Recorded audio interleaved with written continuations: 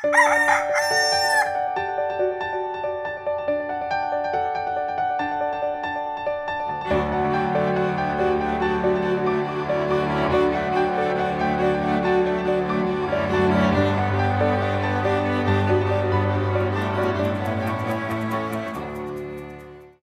umaga po. Magkape at pandasal po muna tayo.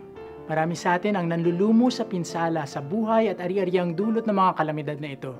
Ang tanong ng ilan, paano muling magsisimula? Sino ang mahihinga ng tulong para muling bumangon? Sino pa nga po ba ang matatakbuhan kundi ang ating tagapagligtas? Subalit ang tanong marahil ng ilan, kaya ba tayong bigyan ng bagong bahay ni Jesus? Yung kakanin nating bigas, mahulog na lang ba yan sa langit?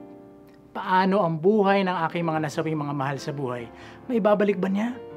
Mainam na maging tapat sa Diyos at isama sila sa ating mga panalangin. Subalit, higit pa rito, mainam din na mapakinggan at mapagnilayan natin kung paanong patuloy na tumutugon sa atin ang ating Diyos.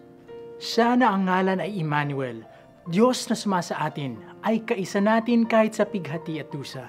Siya ang nananahan sa puso natin at sa puso ng ating mga kababayan na kahit sa gitna ng sariling kahirapan, nakukuha pa ring mag-alay ng lubusan, mag-alay ng pansamantalang silong sa walang matitirahan, pantawid gutom kahit na nga ang sariling tiyan ay kumakalam, o kahit ilang panahon upang pakinggan ang hinagpis ng ating mga kababayang namatayan at mahaplos at mayakap sila upang mapatahan ang kanilang mga hikbi.